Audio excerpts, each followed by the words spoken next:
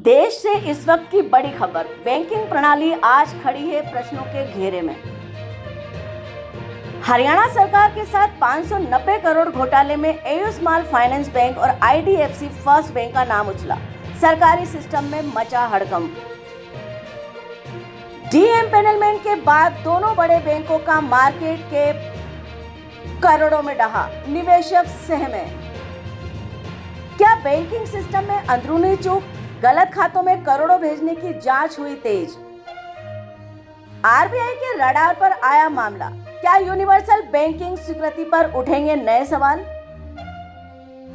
हरियाणा सरकार ने खंगाले हजारों दस्तावेज। सिस्टम एक्सेस से लेकर लॉक तक खंगाल रही जांच एजेंसियां। आईडीएफसी फर्स्ट बैंक का बड़ा कदम। 4 अधिकारी बर्खास्त। फॉरेंसिक ऑडिट के लिए बाहरी एजेंसी नियुक्त। एयू स्मॉल फाइनेंस बैंक ने दी सफाई। सभी खाते अधिकृत दस्तावेजों पर खोले। 14 ट्रांजैक्शन भी है वैध। 590 करोड़ के घोटाले में अब सिर्फ हरियाणा बैंकिंग ही नहीं, बल्कि क्या पूरे देश की बैंकिंग प्रणाली कटघरे में? कॉर्पोरेट और सरकारी गठजोड़ की नई परतें खुली। क्या किसी ने सिस्टम को किया था हाईजैक? फाइलों से लेकर बैंक सर्वर्स तक जांच टीम की 24 घंटे मॉनिटरिंग। क्या होगा कोई बड़ा खुलासा बैंकिंग प्रणाली का? जी हां, जहां एक और सोशल मीडिया पर लगातार मनी क्राइसिस और इसी के साथ साथ एस्ट्रोलॉजर्स द्वारा आर्थिक संकट की घोषणाएं की जा रही है, इसी बीच में हरियाणा की ओर से एक बड़ी खबर आती है। हरियाणा सरकार के साथ 590 करोड़ घोटाले में 2 बड़े बैंकों का नाम सामने आता है। हालांकि जानने वाली बात यह भी है कि कॉर्पोरेट से लेकर सरकारी सिस्टम में यह जहरीला सांप घोटाले का कैसे घुस गया। क्या अब एयू स्मॉल फाइनेंस बैंक और आईडीएफसी फर्स्ट बैंक की बैंकिंग प्रणाली कटघरे में आकर खड़ी हो गई है? ऐसे कई प्रश्नों के साथ जांच एजेंसियां जुटी है पूरे दस्तावेज खंगालने में। जी हां, हरियाणा सरकार के साथ बैंकों द्वारा फ्रॉड मामला सामने आया है और इस 590 करोड़ के महाघोटाले ने पूरे देश के बैंकिंग सिस्टम को हिलाकर रख दिया है, चुनौती दे डाली है। सरकार की जांच जैसे जैसे आगे बढ़ रही है, वैसे वैसे चौंकाने वाले तथ्य भी सामने आ रहे हैं। और इसी बीच 2 बड़े बैंक, निजी bank, AU small finance bank और आईडीएफसी फर्स्ट बैंक भी अपनी बैंकिंग प्रणाली को लेकर सवालों के घेरे में खड़े हो गए हैं। हालांकि कम समय में बैंकिंग दुनिया में ऊंचाई छूने वाले ये दोनों बैंक अग्रणी रहे हैं। ग्रामीण क्षेत्र से शहरी क्षेत्र में ही नहीं, बल्कि पूरे देश में ये बैंक अपना परचम फहरा रहे हैं। आईडीएफसी यूनिवर्सल बैंक पहले से ही है, लेकिन हाल ही में आरबीआई ने एयू बैंक को भी यूनिवर्सल बैंक की इन प्रिंसिपल मंजूरी प्रदान की है। ऐसे में क्या हरियाणा सरकार के इस घोटाले में आरबीआई का कोई हस्तक्षेप होगा? हालांकि हरियाणा सरकार का इन दोनों बैंकों पर कड़ा कदम डी-इम्पैनलमेंट करना रहा है, यानी अब सरकारी भुगतान में इन दोनों बैंकों की भूमिका पर ताला लगा दिया गया है। हरियाणा सरकार का यह फैसला बहुत बड़ा है, लेकिन इसका असर उससे भी बड़ा होगा। दोनों बैंकों का एमकेप गिर गया है। सबसे बड़ा सवाल यह है कि आखिर इन दोनों बैंकों का नाम ही क्यों और कैसे आया सामने।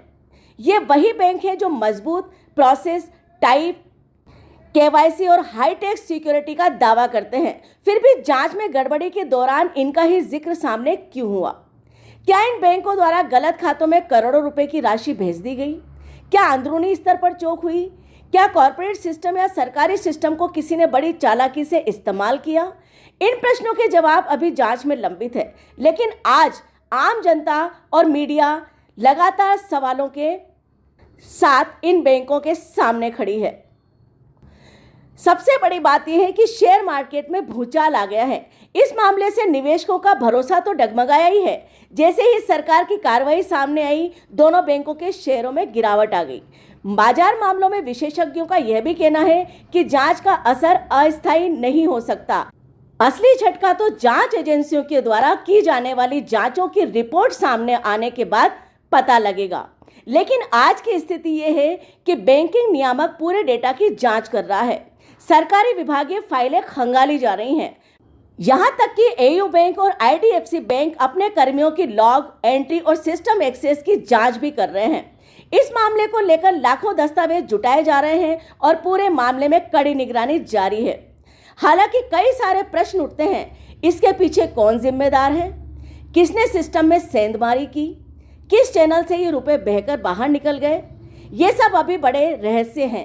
क्या कोई विस्फोटक खुलासा होगा, ये तो जांच एजेंसियों की जांच के बाद सामने आएगा। इस 590 करोड़ का घोटाला क्या पूरे देश की बैंकिंग सिस्टम को कटघरे में खड़ा करेगा?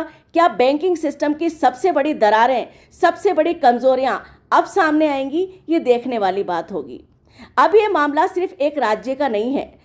यह सवाल है कि अगर इतने बड़े बैंकिंग दिग्गजों की स्क्रीनिंग में इतनी बड़ी चूक हो सकती है, तो आम आदमी के पैसे इन बैंकों में कैसे सुरक्षित रह सकते हैं?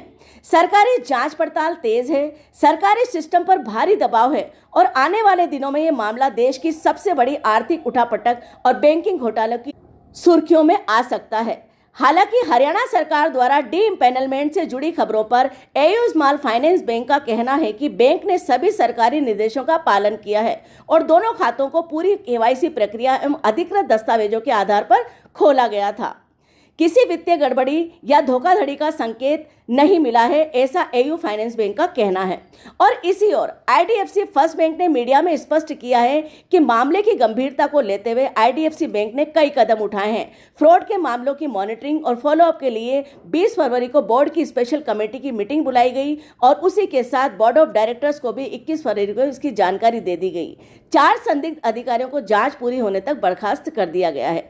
अब ये देखने वाली बात होगी कि हरियाणा सरकार की जांच एजेंसियां किस तरह से एयू स्मॉल फाइनेंस बैंक और आईडीएफसी फर्स्ट बैंक की बैंकिंग प्रणालियों को चैलेंज करती है, उनकी कमियां निकालती है, या फिर हम ये मान सकते हैं कि सरकारी सिस्टम से ही कोई ना कोई झोल हुआ और इस तरह का फ्रॉड सामने आया।